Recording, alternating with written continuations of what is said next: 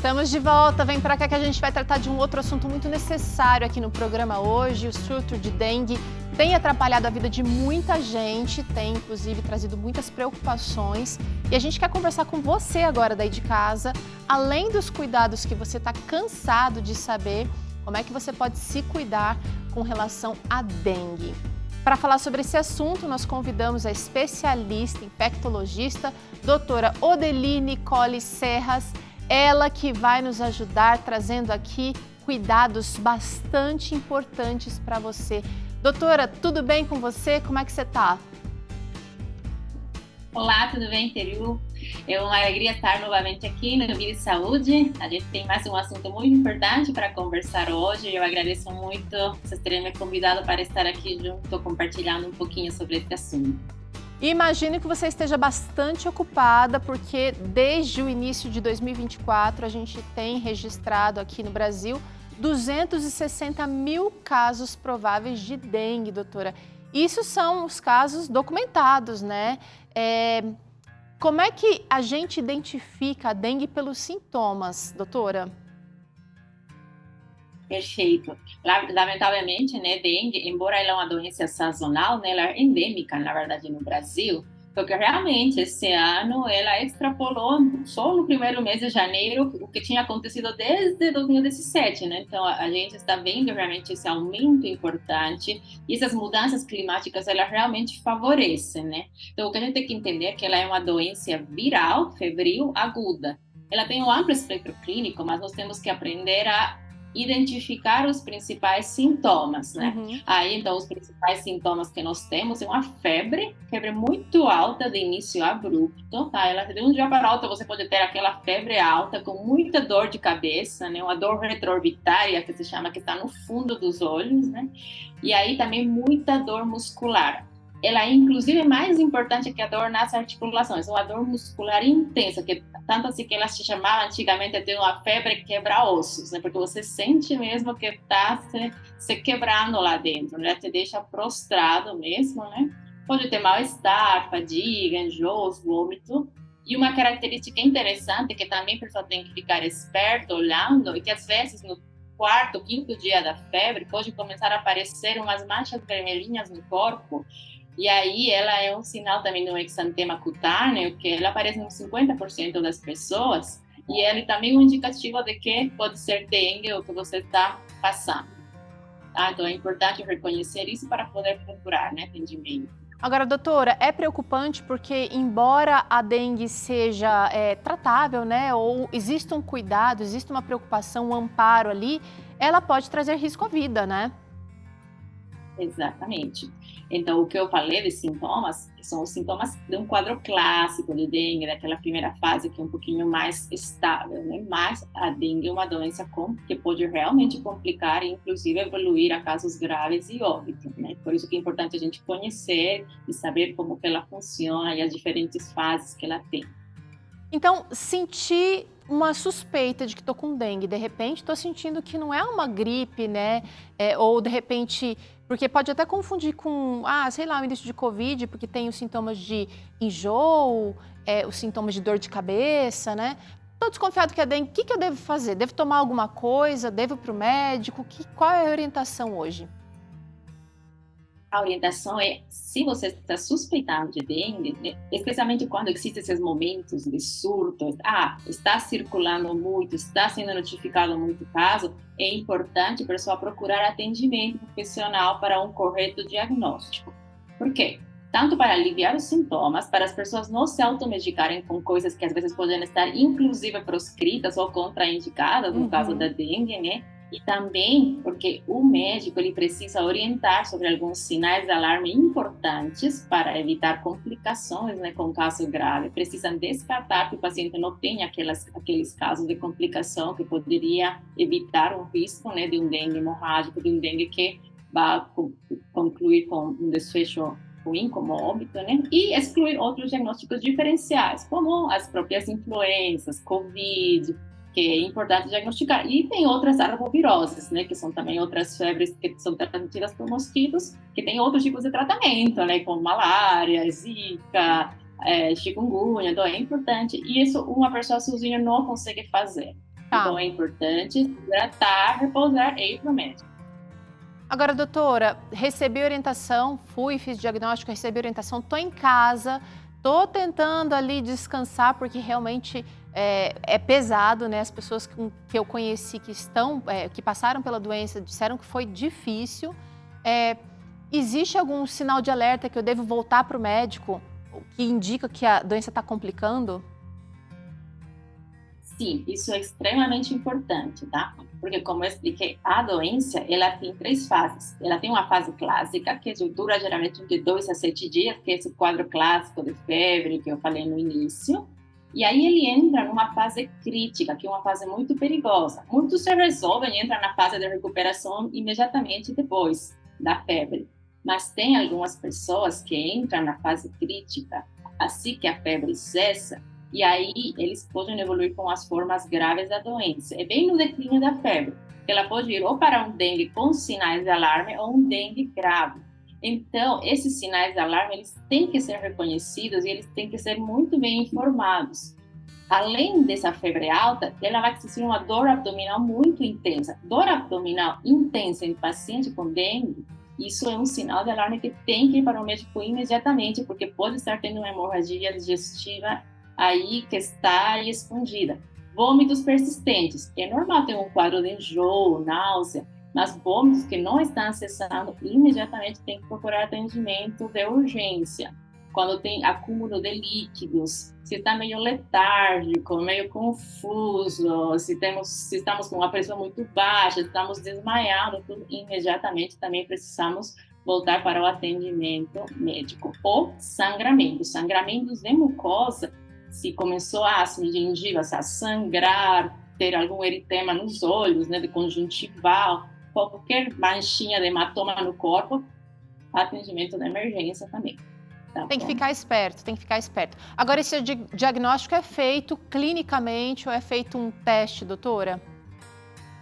O principal diagnóstico de dengue é clínico. O clínico é feito por um médico, mas existem alguns exames específicos para realmente confirmar, né, o diagnóstico, mas não é o mais importante. Se o médico ele viu alguns desses sinais, ele faz um exame físico bem pontual, e aí ele acha que ele faz alguns exames laboratoriais, né, hemograma, plaquetas, tudo, provavelmente ele vai chegar num diagnóstico.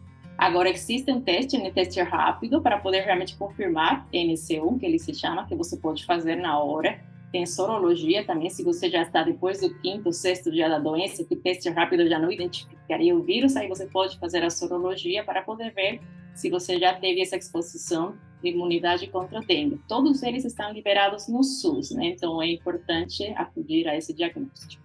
Tá, agora, doutora, falando em SUS, né? O Brasil é um dos primeiros países, é o primeiro país a oferecer a vacina pelo Programa de Saúde Público, né?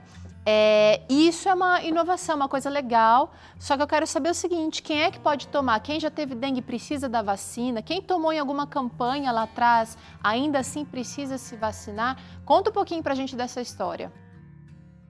Certo. Então, a questão da vacinação de dengue realmente é uma coisa muito nova, tá? Ela entrou, a vacinação no SUS, somente nesse ano, e ela está dada para uma faixa etária específica, só para criança de 10 a 14 anos nesse momento. Então, não existiram campanhas prévias de vacinação de dengue. A vacinação de dengue, ela não existia só na clínica privada, umas vacinas que não eram ainda muito boas. Porém, do ano passado para cá, a gente já tem disponível nas clínicas privadas a vacina para ser comprada, tá? E assim, não é todo mundo também que pode receber. Por quê? Porque ela é uma vacina de vírus vivo atenuado, igual que a da febre amarela, de sarampo. Então, existem algumas contraindicações, né? Por exemplo, paciente imunodeprimido, gestante, neonatos, né? Crianças muito, muito bebezinhos, aí pessoas que tomam algum imunossupressor, né? Alguma droga muito que abaixa muito a imunidade. Então, existem certas especificações para quem pode ir atrás dessa vacina. Agora, quem tem condições, realmente é muito interessante tomar essas novas vacinas que têm chegado, tá? Já no SUS, ela realmente só está liberada nesse momento para grupo populacional de 10 a 14 anos. E ainda não tem estudos que comprovaram que não existe risco para pessoas maiores de 60 anos. Então, por enquanto, esse grupo também não pode tomar essa vacina. Tem que tomar Vamos esperando. Que a gente fala. Isso. Agora, é possível ter dengue mais de uma vez, doutora? É possível sim, por quê? Porque são 4 tipos de vírus diferentes, são 4 sorotipos, tá? Uma vez que você pega dengue por um sorotipo, você não vai pegar mais por ele mesmo, porém você pode ainda ter pelo 2, pelo 3, pelo 4, né? Então, até 4 vezes você pode ter dengue. E, lamentavelmente, um segundo episódio de dengue, ele tem o risco de ser, inclusive, mais grave do que o primeiro. Então, mesmo a pessoa que já teve dengue no passado, sabidamente, ou às vezes você teve dengue bem baixinho e você nem soube, é importante tomar a vacina sim, porque pelo menos você vai estar evitando o segundo episódio, que geralmente é o mais grave, que pode levar a aquelas complicações hemorrágicas que são o risco grave do dengue. Muito bem, gente. Então, olha, cuidar-nos é a melhor maneira de prevenir. Quando a gente fala de se cuidar, eu também estou cuidando quem está ao meu redor, os meus vizinhos e vice-versa. Se não cuida, o oposto também vai acontecer. Vamos trazer aqui alguns cuidados de prevenção contra a dengue? Vamos trazer, todo mundo pode trazer. Não deixar a água parada. Essa eu escuto desde que eu tenho 5 anos de idade, doutora. Mas tem que checar o quintal. Exatamente. A gente tem que lembrar que quanto mais vector, né, que são os mosquitos e pessoas infectadas, mais doença vai existir, né? Então a gente tem que fazer nossa parte para tentar remover do ambiente todo o material que possa acumular essa água. Então o que acontece? Esses pneus que você mostrou, vem uma chuvinha, uma umidade, aí ela vai acumulando uma água que é excelente material de hábitat para as larvas, né, do mosquito Aedes aegypti, ela se proliferar, né? É o que ela gosta. Ela gosta desse clima tropical e muita umidade. Então a gente tem que evitar isso. Checa aí os vasinhos, coloca areia, faz uma inspeção, coloca a criançada para dar uma checada no quintal todo. Tem vasilha, tem brinquedo que acumula água de chuva, é hora de emborcar, virar tudo de cabeça para baixo, mas essa inspeção precisa ser feita, tá? Vamos trazer mais cuidado aqui, olha, limpar a caixa d'água regularmente e também é preciso cuidar com a tampa. Tem que tampar, manter esses reservatórios de caixa d'água tampados. Precisa, exatamente. A caixa d'água, muitas pessoas se esquecem, né? Até pela Anvisa, obrigatoriamente de 6 em 6 meses as caixas de água deveriam ser, né, completamente higienizadas. Às vezes isso não acontece e aí vai se acumulando, né, material, resíduo e os mosquitos, né? Então é muito necessário. E não esquecer muito piscina. Tem pessoas, né, que têm às vezes alguma piscina, seja aquelas menores, maiores, não tem problema. É importante que elas fiquem cobertas, né? Não é só por sujar a piscina, não, ela realmente também é um reservatório, a gente tem que lembrar disso também. Doutora, agora, esse outro cuidado aqui exige um pouquinho mais de investimento, mas é uma opção que seria proteger as nossas janelas e portas com telas mosqueteiras e também usar repelente. O que se sabe sobre o hábito desse mosquito? Os hábitos, eles costumam aparecer mais no final do dia, mais à noite, voam baixo. Tem alguma coisa para dizer a esse respeito? Sim, ele tem hábitos diurnos, tá? E aí voa muito baixo. Então, geralmente, vai picar um pouquinho mais, porque são os pés, as pernas. Às vezes a gente nem enxerga, já foi picado, né? Então, é preciso usar o que nós podemos evitar de barreira, né? Repelente é realmente uma das melhores formas, mas a gente precisa se atentar sempre à compra do repelente para a concentração do princípio ativo. Então, existem os repelentes que a gente tem que ver na formulação que tenha icaridina, pelo menos 20%, ou DET de 15% a 20%. Isso é importante porque senão o repelente vai ser mais um cheirinho do que outra coisa, tá? Então, a gente precisa se atentar a isso. E também orientar todo mundo que ele tem que ser reaplicado após cada banho. Então, o que acontece? Muitas vezes um vai para uma cachoeira, um rio, e aí sai e aplicou o repelente só de manhã. Não adianta. Cada que você teve muita umidade, suou, alguma coisa, tem que reaplicar. E a última coisa é ser colocada. O repelente tem que nos revestir como camada externa, após protetor solar ou qualquer outra maquiagem que você possa ter utilizado. E doutora, evitando a área dos olhos. Eu queria saber se essa barreira física também, usar calça, porque tem pernilongo que pica em cima da calça jeans, né? Além do repelente, usar proteção também. Tem aqueles mosqueteiros de colocar em cima da cama, né, em algumas regiões. Tá valendo também, né? Ah, com certeza, isso é muito importante para aquelas áreas que realmente tem muito mosquito, com certeza áreas que são mais tropicais, que tem muito mais floresta, elas são mais propensas a mosquito, então aí não tem muito jeito, tem que realmente revestir janelas, colocar em cada cama, nos mosquiteiros, isso é muito importante para a gente poder evitar também. E as roupas, né? Existem também os repelentes em spray, que a gente pode colocar também acima da roupa e do próprio mosquiteiro, que isso ajuda a reforçar um pouquinho a camada. Tudo que a gente puder para evitar, lembrando que a proliferação é o nosso maior inimigo, então a gente vai fazer o que puder para combater. Eu agradeço aqui a doutora Audeli mais uma vez, ela que está sempre de plantão aqui no Vida e Saúde, quando surge um surto, quando surge uma dúvida. Muito obrigada, doutora, pela disponibilidade aqui de trazer informações para esclarecer o nosso público, tá? Eu que agradeço, sempre à disposição também, se alguém tiver alguma dúvida, porque o tempo é curtinho, né, para doenças muito grandes, mas aí a gente pode tirar dúvidas, vocês podem mandar aí no direto alguma mensagem, que a gente sempre está aí respondendo, tá bom? Tá jóia, ela que tá lá no Instagram, a gente que agradece. Ela tá lá no Instagram como @odenicole, tá? Pode ir lá, ficou com alguma dúvida aí que tá coçando, conversa com ela lá pelo Instagram. Até a próxima, doutora. Próxima, muito obrigada. Tchau, tchau. Muito bem, tá na hora de fazer um rápido intervalo. É momento de você se arrumar aí no sofá para acompanhar o nosso Claramente. O Dr. César vai vir aqui contar para você dos benefícios de vencer o orgulho para a saúde mental.